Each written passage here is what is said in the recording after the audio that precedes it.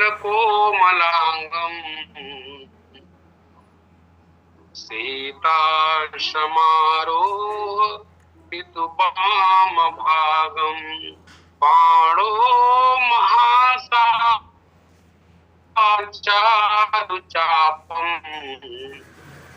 नमामि राम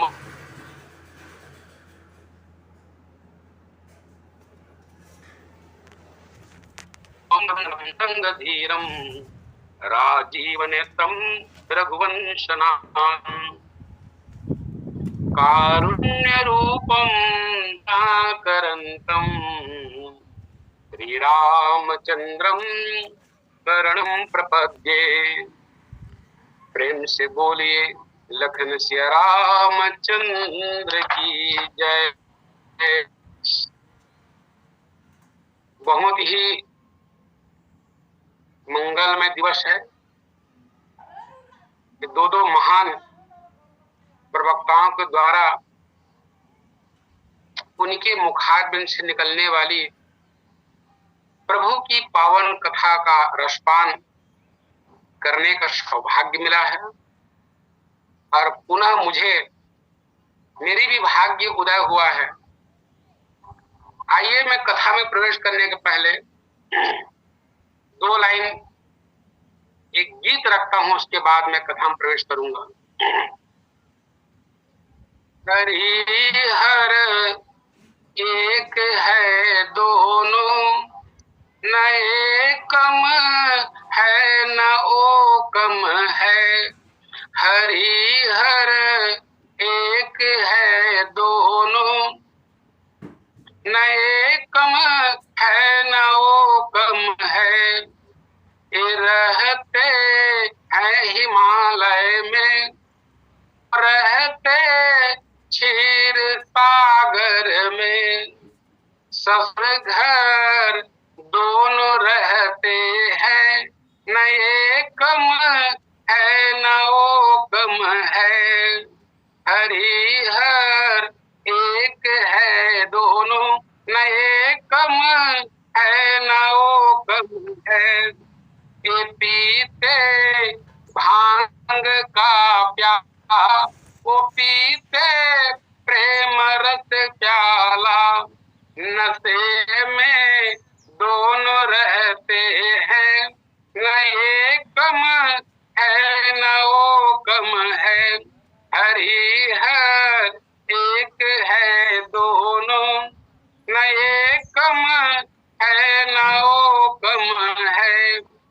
उमा की बात ये माने, रमा की बात वो माने। प्रिया की मान रखते हैं, न एकम है न ओकम है। हरिहर एक है दोनों, न एकम है न ओकम है। ये रहते हैं हिमालय में, वो रहते क्षीर सागर में। ससुर घर दोनों रहते हैं, न एकम है न ओकम है। प्रेम से बोले लखन के राम चंद्र की जय। सुखी सुंदर संवादवर विरचे बुद्धि विचारी। यही पावन सुभग सर अघाट मनोहर चारी। ये पावन प्रसंग बालकांड की है और इस दोहे के द्वारा वास्तविक में हम कलिकाल में रहने वाले करोड़ों करोड़ों मानव समाज के लिए अत्यंत कल्याणकारी, प्रेरणादायक और अनेकों प्रकार के भावों से भरी हुई ये दिव्य इस दोहा के द्वारा हमको आपको अनेकों रस और भाव प्राप्त होता है। आप देखेंगे ये जो रामचरितमानस की जो 4 घाट है, निश्चित ही ये चारों घाट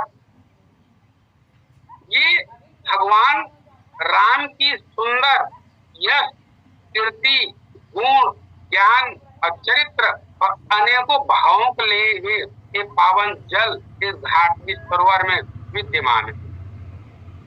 और निश्चित मान के चलिए कि जो पहला जो घाट है ये ज्ञान घाट है, और दूसरी जो घाट है ये कर्म घाट है, और तीसरी जो घाट है ये उपासना घाट है, और चौथा जो घाट है ये वास्तविक में ये पशु घाट है। सोचिए आप, सरोवर के निर्माण में ज्ञानियों की योगदान होता है, उपासकों का योगदान होता है, कर्मकांडियों का योगदान होता है, इनकी अपने एक साधना होती है, इनकी एक प्रयास होती है। निश्चित है कि ज्ञान मार्ग के पथ पर जो चलने वाले होते हैं उनको भी इस सरोवर से उनको दिव्य जल की प्राप्ति होती है। उपासना मार्ग में रहने वाले उनको भी इसी सरोवर से उनको परम तृप्ति की प्राप्ति होती है, और कर्म करने वाले हैं इनको भी इसी सरोवर से उनको दिव्य राम यश के सुंदर जल की प्राप्ति होती है। लेकिन जो व्यक्ति पशु अपने आप को मान ले, दीनहीन अपने आप को मान ले कि मैं तो न मैं ज्ञानी हूँ, न मैं कर्मी हूँ, न मैं उपासक हूँ, और क्या मुझे ये राम जी के सुंदर यश और चरित्र से भरा हुआ इस सरोवर में जो जल है क्या उसकी प्राप्ति मुझे हो पाएगा कि नहीं। लेकिन उस सरोवर की जल भी करोड़ों करोड़ों पशु जैसे जीवन जीने वाले मानव समाज को भी उसमें से जल की प्राप्ति होती है, उनको तृप्ति मिलती है और उनका जीवन भी धन्य हो जाता है। इसीलिए गोस्वामी तुलसीदास जी महाराज जी ने इसमें चार जो संवाद है इनकी बात को रखते हैं, और ये बात आप देखेंगे रामचरित मानस मुनि भावन अबिरचौषम सुहावन पावन कहूँ कथा सोई सुखद सुहाई सागर सुनहु सुजन माई। गोस्वामी तुलसीदास जी कहते हैं कि वास्तविक में राम जी की जो पावन जो चरित्र है ये मुनि को बहुत प्रिय लगता है। अब मुनि वो जो नित्य निरंतर मनन करता हो, ऋषि हो जो नित्य निरंतर रिसर्च करता हो, साधु हो जो नित्य निरंतर साधना में लगा हो, पंडित हो जो ज्ञान में परिपक्व हो गए हो, ऐसे ऐसे महान जो विभूति लोग नित्य निरंतर ये वास्तविक में भगवान के जो चरित्र है वो उनको बहुत प्रिय लगता है। भगवान शंकर जी के हृदय से, उनके हृदय में न जाने कितने युगों से, कितने कल्पों से प्रभु की कथा उनके हृदय में विराजमान थी, लेकिन वो अब तक प्रकट नहीं हुआ। क्यों? इसीलिए पूछा गया, माता पार्वती जी उत्तर कांड में पूछते हैं कि प्रभु एक बात बताइए कि प्रभु की कथा को सुनने के अधिकारी कैसा होना चाहिए। अब प्रभु की कथा वास्तविक में उसको सुनने वाला अधिकारी है, वह कौन हो सकता है। और कथा भगवान शंकर कहते हैं कि देवी राम जी की कथा को सुनने का अधिकारी कौन होगा पहले मैं बाद में बताऊंगा, लेकिन राम जी की कथा के सुनने वाला जो अधिकारी नहीं है उनके विषय में थोड़ा मैं आपके पास में प्रकाश रखता हूँ। तो माता पार्वती जी सुनने लगे कि प्रभु बताइए राम कथा के जो अधिकारी जो नहीं है उनके बारे में बता दीजिए। तब भगवान शंकर कहते हैं यह न कहीं कठही अठती लई, अब जो मन लाई सुनहि हर लीलई, कहीं न कामी क्रोधी लोभी, जो न सुनहि सच राचर स्वामी। पार्वती वास्तविक यह है कि हठ व्यक्ति हो या हठ करने वाला व्यक्ति हो, जो मन लगाकर हृदय और भाव से प्रभु की कथा के प्रति समर्पित न हो, तो ऐसे व्यक्तियों को प्रभु की कथा सुनने को अधिकारी नहीं है और उनको कथा नहीं सुनाना चाहिए। और किसको नहीं सुनाना चाहिए? कामी क्रोधी, कामी और क्रोधी, इनको भी राम कथा नहीं सुनाना चाहिए। और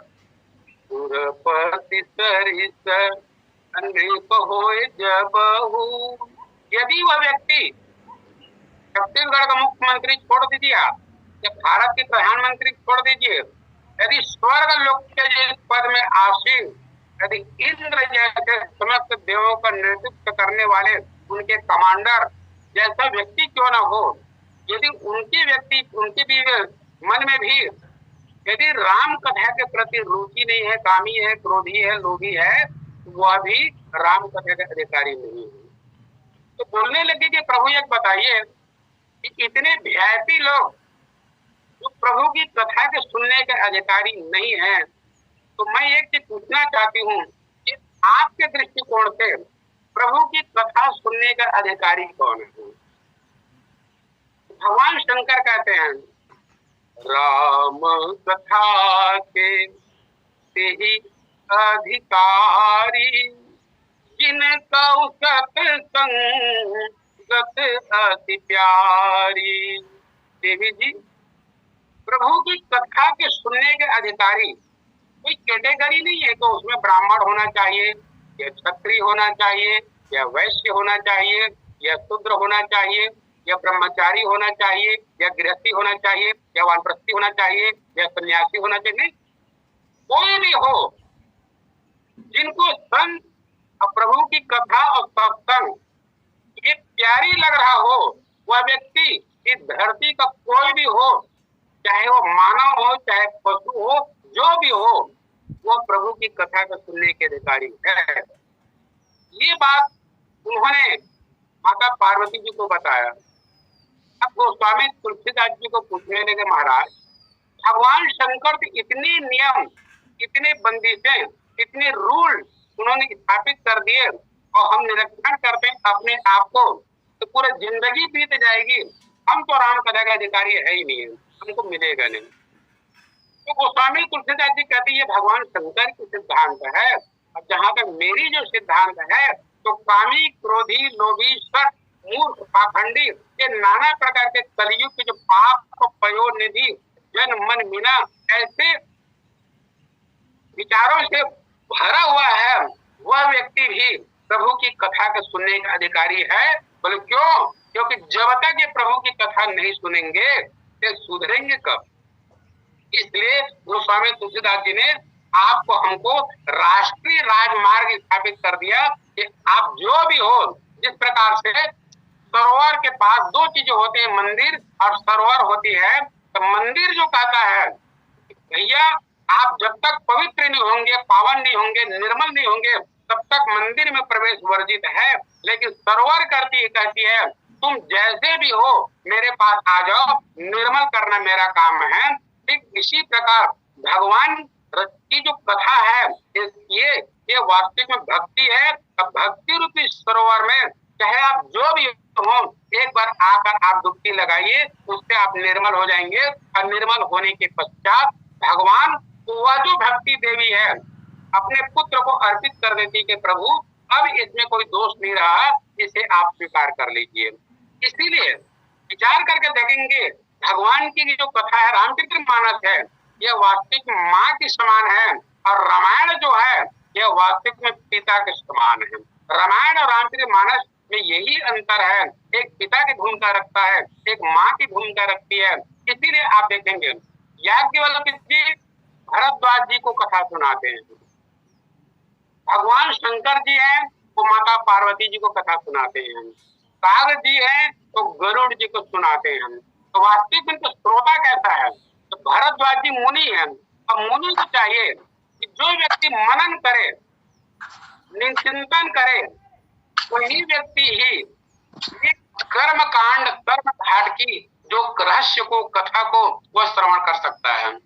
भगवान शंकर ज्ञान घाट के वक्ता हैं। अब ज्ञान के घाट से निकलने वाली जो कथा है उसको श्रवण करने के लिए श्रद्धा की आवश्यकता है। श्रद्धा वल्लभते ज्ञानम, जब तक जीवन में यदि श्रद्धा न हो निश्चित है ज्ञान तब तो उनके जीवन में समझ में आने वाली नहीं है। और गरुड़ जी है, ये वास्तविक में ये विचरण करने वाले आकाश में निश्चित माने चलिए ज्ञानी है। अब ज्ञानी जो है वही भक्ति के रहस्य को समझ सकता है। यदि आप ज्ञानी हो तो निश्चित है भक्ति की जो भावों को आप समझ सकते हैं। इस प्रकार आप देखेंगे ये चार जो संवाद है याज्ञवल्क्य भारद्वाज जी, यह सुनि शंभु उमा संवादा सुख संपादन समन विषादा भव भंजन गंजन संदेहा जनरंजन सज्जन प्रिय एहा। ये जो याज्ञवल्क्य जी भारद्वाज जी को सुना रहे हैं, भाई भारद्वाज जी प्रश्न भी किए हैं कि प्रभु राम कवन प्रभु पूछो तो ही कहूं। आप विचार करके बताइए कि राम कौन है प्रभु, मैं आपसे पूछना चाहता हूं।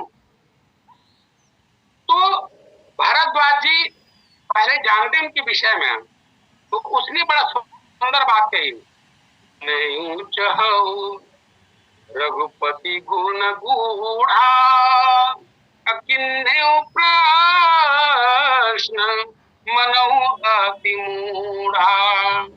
वे उनके प्रश्न को सुनकर कहते हैं भारद्वाज जी मैं जानता हूं आपके विषय में, और आप वास्तविक भगवान के गूढ़ जो चरित्र है उनको मूढ़ बनकर आप प्रश्न कर रहे हो। और वास्तविक मूढ़ तो नहीं हो आप, लेकिन परम विवेकी और ज्ञानी हो आप, लेकिन आपकी प्रश्न की अभिप्राय में समझ में आ रहा है।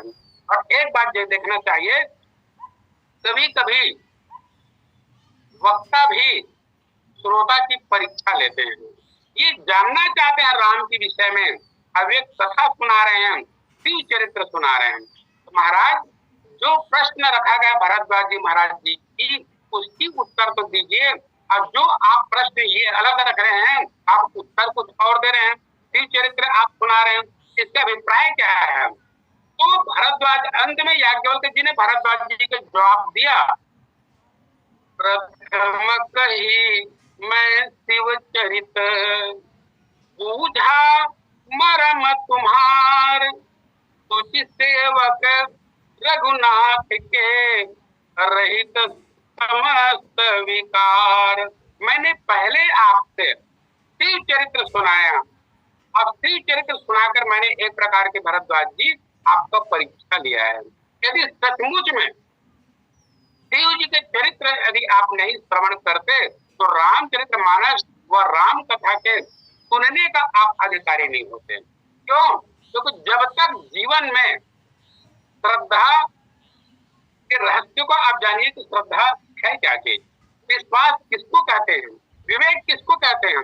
तो याज्ञवल्क्य जी की कथा के द्वारा, शिव चरित्र के द्वारा तीन चीजें निकलती है कि भक्ति और भगवान के रहस्यात्मक कथा को हृदयंगम करने के लिए निश्चित है कि आपके जीवन पहले श्रद्धा होना चाहिए, फिर विश्वास चाहिए, उसका विवेक होना चाहिए।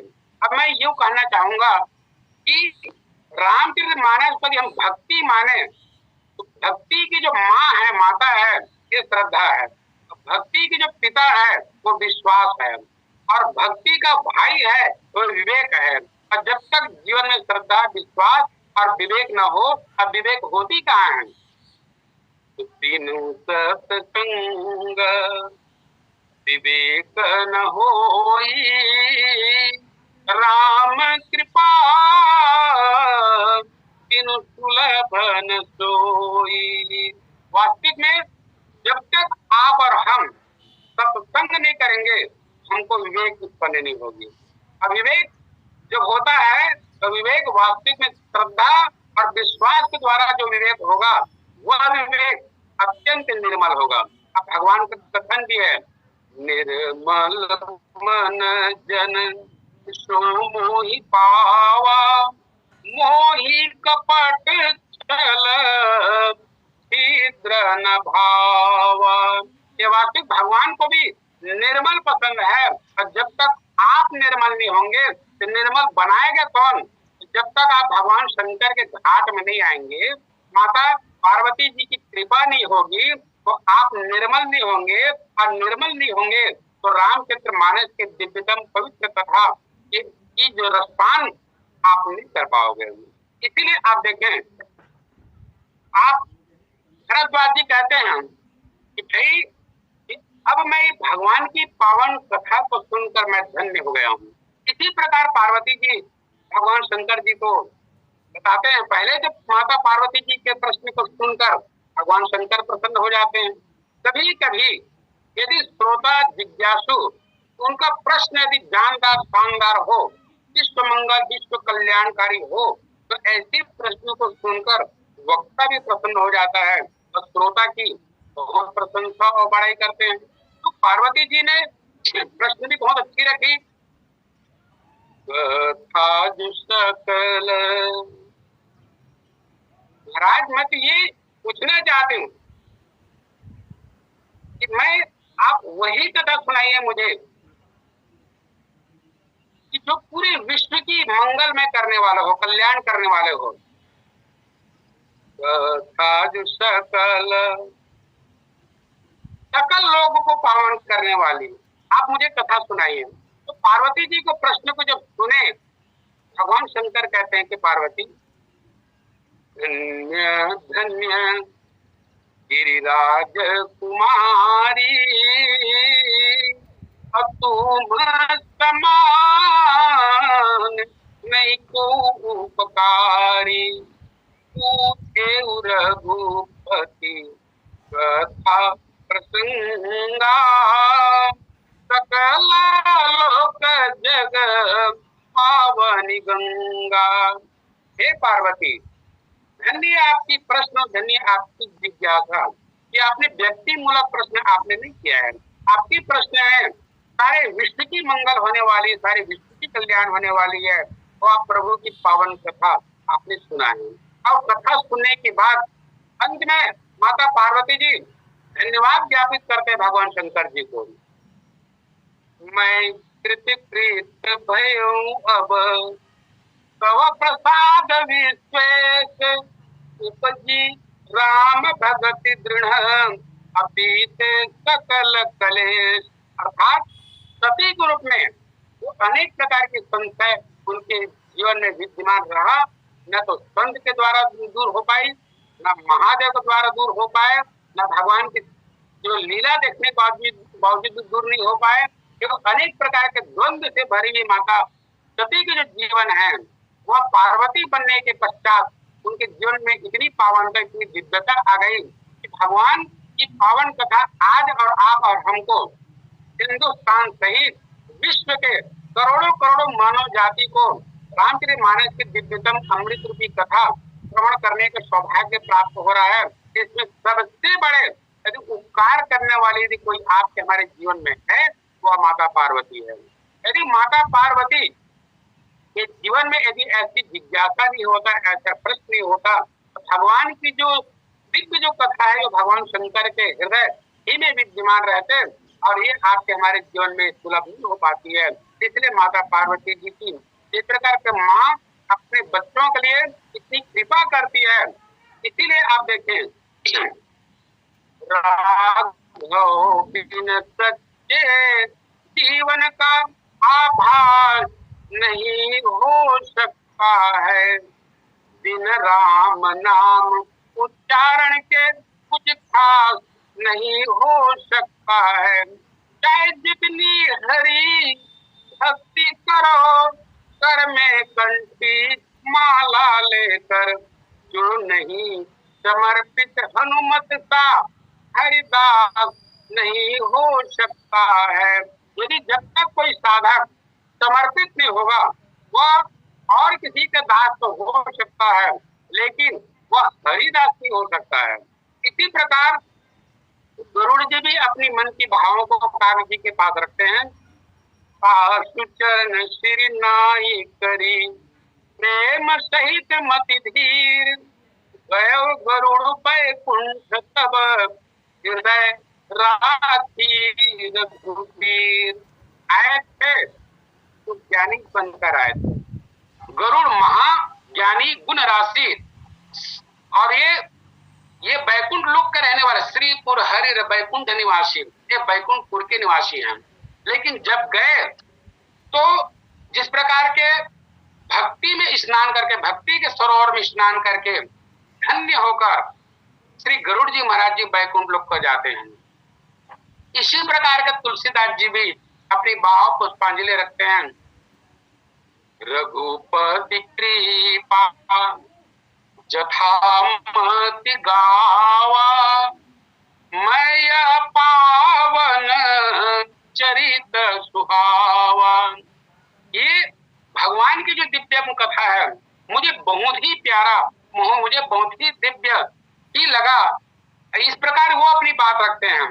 इसलिए रामचरितमानस में आप देखेंगे कि माता पार्वती जी को ज्ञान विषयक संदेह हुआ, ज्ञान से संबंधित उनको संदेह हुआ था, और इसी कारण सती के रूप में अपनी बात भी और रखते हैं कि ब्रह्म जो व्यापक बिरज अज, अकल अनीह अभेद, सो की देह धरि हो नृप, अजाहि न जानत भेद। अर्थात उनके जीवन में यदि संदेह भी हुआ था तो भगवान के विषय में हुआ था। यदि ब्रह्म है, ईश्वर है, परमात्मा है, तो वह राजा के पुत्र होकर जिस प्रकार की वो आचरण कर रहा है और उसे आप ब्रह्म ईश्वर परमात्मा बता रहे हैं, मुझे तो ब्रह्म ईश्वर परमात्मा होने का कोई भी लक्षण नजर नहीं आ रही है। इसीलिए माता पार्वती जी कहते हैं, प्रथम सुकारण कहु विचारी, निर्गुण ब्रह्म सगुण बपुधारी। महाराज आप उस कारण को पहले बताइए कि निर्गुण ब्रह्म है वो सगुण कैसे बन गया। ईश्वर के विषय में बताया गया है, हरि व्यापक सर्वत्र समान। ईश्वर सर्वत्र और समान रूप में सारे संसार में व्याप्त समान है। लेकिन ईश्वर जब निर्गुण निराकार है तो सगुण साकार कैसे बन गया। और इसी प्रकार मानव महाराज मनु के समक्ष जब आकाशवाणी हुई तो बोले कि मनु, हम आपके तपस्या के बहुत प्रसन्न हैं, जो इच्छित वरदान तुम चाहते हो मांग सकते हो, मिलेगा। तो मनु जी ने एक बहुत अच्छी बात कही, आवाज तो कान में सुनाई दे रहा है लेकिन आपकी आकृति हमको दिखाई नहीं दे रही है कि आप हो कैसे, आपके रूप कैसा है। तो महाराज भगवान कहते हैं, भैया न मेरा कोई नाम है, न मेरा कोई रूप है, न मेरा कोई आकृति है, न मैं कोई प्रकृति हूँ, मैं सबसे निराला हूँ, मेरा कोई आकार प्रकार नहीं है। तब मनु जी ने कहा, महाराज हम आपको देखना चाहते हैं, तो मुझे आप कैसे देख सकते हो, मैं कैसे आपके सामने प्रकट हूँ। तो मनु जी भगवान को सूत्र दे रहे हैं, जो स्वरूप शिव मन माही, यही कारण मुनि जतन कराही, दोई भुसुंडी मन मानस हंता, सगुण अगुण जय निगम प्रसन्नता, देखई कही रूप भरि लोचन, कृपा करहु प्रण पारति मोचन। उसने कहा कि जिस प्रकार से बड़े बड़े ऋषि मुनि साधु संत महात्मा नित्य निरंतर आपके साधना में लीन रहते हैं, काकभुसुंडी जी के हृदय रूपी मानसरोवर में आप विहार करते रहते हैं, भगवान शंकर के मना पटल पर नित्य निरंतर आप नृत्य क्या करते हैं, प्रभु हम उसी रूप को आप देखना चाहते हैं। अब वहां पर ये आते भी हैं तो बैकुंठ लोक से नहीं आते, क्षीर सागर से नहीं आते, गोलोक से नहीं आते, फिर कहाँ से आते हैं? दीप बास प्रगटे भगवान, विश्व में जो व्याप्तमान है वही जो ब्रह्म है मनु महाराज जी स्थान में प्रकट हो जाते हैं। इसी प्रकार आप देखेंगे ये भी जिज्ञासा कराते हैं, जो नृपतनयत ब्रह्म किमी नारी विरमति घोरी। महाराज यदि वो ब्रह्म है, ईश्वर है, तो नारी की विरह में ऐसे अधीर कैसे हो गए, ये मेरे समझ से परा हुआ है। और इसीलिए ये ज्ञान मूलक प्रश्न करते हैं। अब ज्ञान मूलक प्रश्नों की समाधान भगवान शंकर बड़े सुंदर ढंग से माता पार्वती जी की प्रश्न की समाधान करने के लिए दिव्यतम रामचरित मानस की अनेकों गुणतम जो रहस्य है उनको उन्होंने माता पार्वती जी के समक्ष उद्घाटित करते हैं। इसके बाद आता है याज्ञवल्क और भरद्वाज जी महाराज। ये पंचायती घाट है। अब पंचायती घाट है, इसको कर्म कांड भी कहते हैं। इस संवाद कर्म कांड प्रधानता बताया गया है। क्यों कर्म कांड? इसलिए ये वास्तविक में याज्ञवल्क जी चाहते हैं कि वास्तविक में केवल वैष्णव ही रामचरितमानस के उपासक, उनके भक्त, उनके चिंतक, उनके आराधक, उनके मानने वाला तक सीमित न रहे।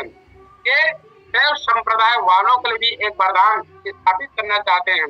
शाक्त अर्थात शक्ति व देवी की उपासना करने वाले हैं, इनके लिए भी उन्होंने सूत्र देना चाहते हैं। अगारपत्य अर्थात गण आदि है, इनके लिए भी वो सूत्र देना चाहते हैं। इसलिए याज्ञवल्क्य जी महाराज जी की जो घाट है इसको कर्म घाट बोला गया है। और कर्म घाट इसलिए कहा गया है कि वास्तविक में चाहे वो वैष्णव हो, चाहे देव हो, चाहे शक्त हो, चाहे जो भी हो, उन सभी की मन पटल में उत्पन्न होने वाले उनके संदेह को, उनके भ्रम को, उनके जिज्ञासा को समाधान करने के लिए ये एक से एक सूत्र को श्री याज्ञवल्क्य जी महाराज जी, भरद्वाज जी महाराज जी के सामने में उद्घाटित करते हैं। इसलिए बताया गया है तीनों की महत्व आप देखें, शिव जी की पहले महत्व देखें याज्ञवल्क्य जी के चिंतन के द्वारा।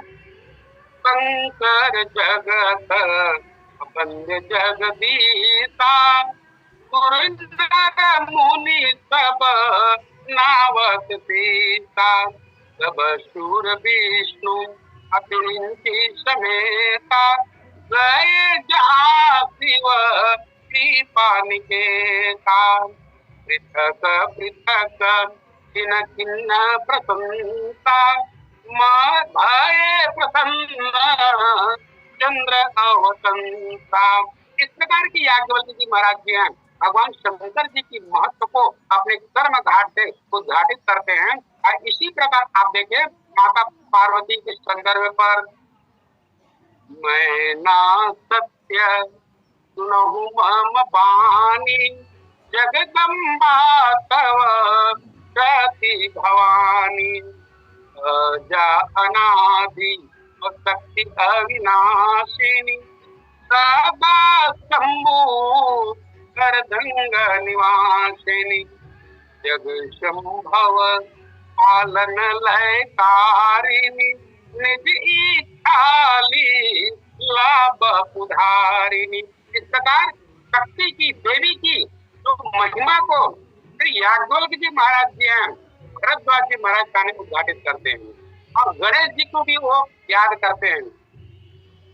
अनुशासन गणपति पूजे शंभु भवानी, को मुनि संशय करे जनी, असुर अनादि जानी। इस प्रकार एक कर्म घाट के जो वक्ता है, वास्तविक इसको पंचायती घाट भी बोला गया है। और इसके बाद आती है वास्तविक में दो घाट की कथा आती है, वनघाट की आती है। ये चार जो घाट है इसमें एक से एक दिव्यतम सूत्र प्रकट होता है। और वक्ता के लिए वक्ता तो वही है जो वक्त पर ध्यान रखे और पते की बात करे, और समय अपने धीरे धीरे अपनी करीब की ओर जा रही है। इसीलिए देखा जाए जो चार जो घाट है, ये चारों घाट